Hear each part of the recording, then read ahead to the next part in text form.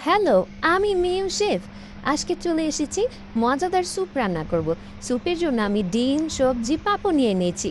আর শেফেরা তো এক হাতে ডিম ভাঙে, আমার ডিমটা তো ফসকে পড়েই গেল, চুলে শ্যাম্পুর মতো স্লিপ কেটে চলে গেল। হ্যাঁ, আমি ডিমের সাথে পানির সাথে পাঁপড় দিয়ে দেব। আপনারা ভাবছেন পাঁপড় তো বাজে, তাহলে স্যুপে দিলাম কেন? এটাই তো রহস্য, মজার পাঁপড় স্যুপ হবে। আহ গন্ধটা না কেমন জানি আসতেছে।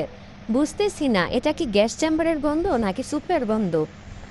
ইফ তাক, মজাই হবে, খেতে ভালোই হবে। আপনারা চিন্তা করবেন না, এবার আমি কিছু নষ্ট করব না। দারুণ সুন্দর করে আমি সাজিয়েছি, কি কনফিডেন্স লেভেল আমার।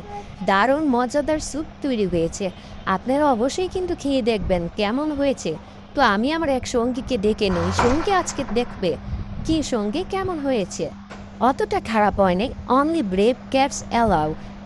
ধন্যবাদ।